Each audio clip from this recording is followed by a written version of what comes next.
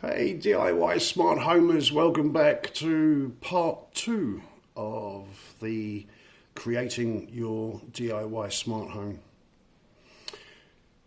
In part 2 we're discussing lighting.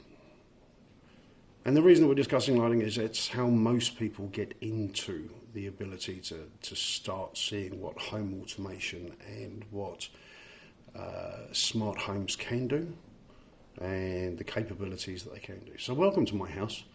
Like I said in the last video, we've only just moved here, so we're going through the motions of being able to start setting up the smart home activities. And so lighting, because it's the easiest thing to do and it requires no wiring unless you're putting in cabled Wi-Fi switches, takes the least amount of effort, and that's how most of us get into it. So in this part A video, I'm just going to show you what we've done, and in the second part of this, we're going to show you how we did it.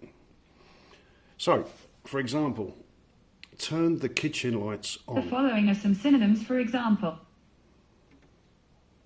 Turn the kitchen lights on. Sure, turning 3 lights on. Turn the dining room lights on. All right, turning on 2 lights. Turn all lights white. Sure, changing 18 lights to white. Change the side lights to blue. Sure, changing 6 lights to blue. Turn the kitchen lights down to 20%. All right, setting 3 lights brightness to 20%. Turn the lounge lights off.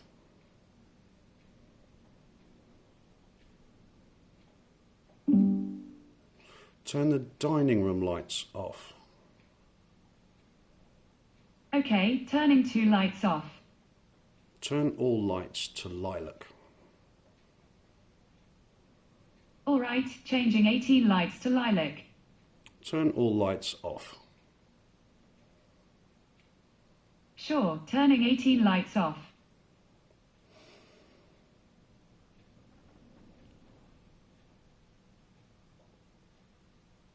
And that's it.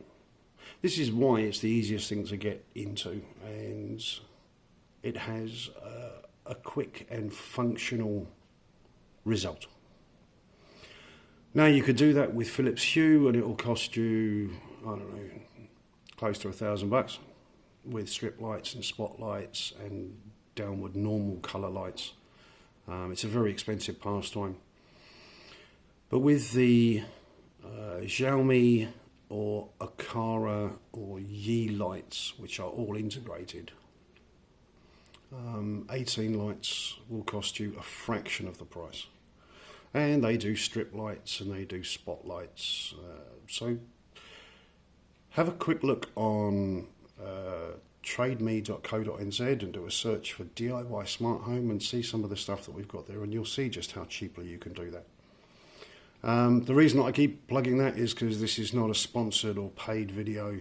This is something that we do from all of the lessons that we've learnt in the long and very financially painful time that we've been doing it.